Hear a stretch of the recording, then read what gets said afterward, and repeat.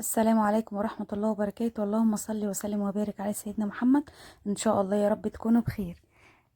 شايفين بقى يا حبايب قلبي الفيديو المنتظر اللي كنتوا مستنيين اعمله لكم؟ شوفوا بقى الفراخ لما بتتحط في التلاجة بتفرق، ولما بتكون صبحة فعلا بتفرق. الفراخ كان طعمها رهيب وكان جميل. اللي ما شافش فيديو التتبيلة هسيبه لكم في الديسكريبشن تحت او في صندوق الوصف.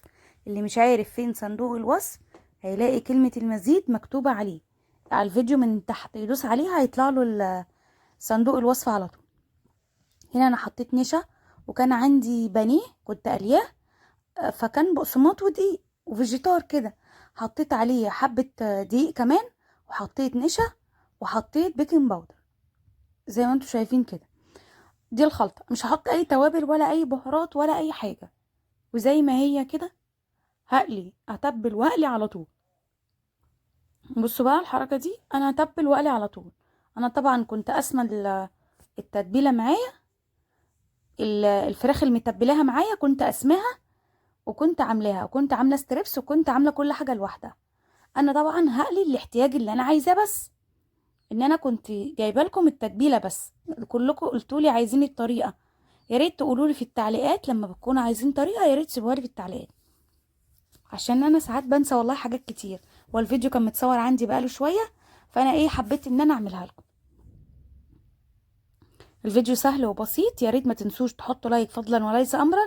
ولو عجبكم الفيديو يا ريت تقولوا لي رايكم في التعليقات. وزي ما انتم شايفين كده انا مش بعمل اي حاجه غير اني بتبل الفرخه كويس. يعني قطعه الفراخ اللي معايا انا بتبلها كويس. ويكون افضل لما تجيبي وراك وتقطعيها 3 وراك كبيره، وتقطعيها 3 بتبقى الحته جميله جدا وحلوه ومشبعه.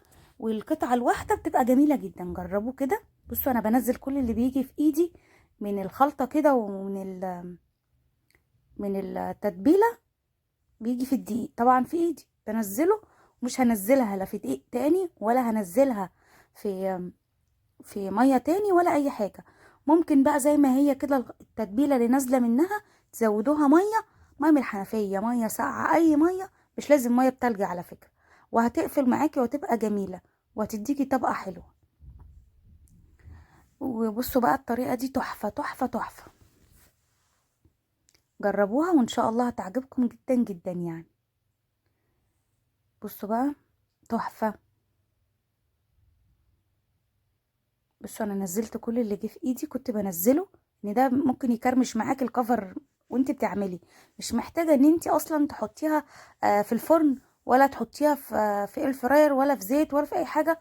اللي انت عايزاه، اللي انت حباه وحابه طعمه هكون كويسه. الفراخ نيه مش مسلوقه ولا متبخره. الفراخ نيه مش مسلوقه ولا متبخره. والافضل بتاعها ان هي تستوي في القلايه او في الاير فراير، بيكون افضل. بس احنا مش عندنا لا ده ولا ده. هنقف يعني مش هنعملها. هنعملها وتطلع حلوه، وعلى الاقل هتكون انضف من بره. ولازم اطلعها على مصفى. لو طلعتها على ورق ولا على مناديل بتطرى. ولو في خضره يفضل يعني بيكون افضل. اللي هي البقدونس بتشرب الزيوت الزياده. وانا هنا طلعتها ورصيتها بالشكل ده، ومعايا اجنحه ومعايا كمان دبوسه. بصوا الدبوسه دي اتاكلت حالا في ساعتها، كانت في منتهى الجمال.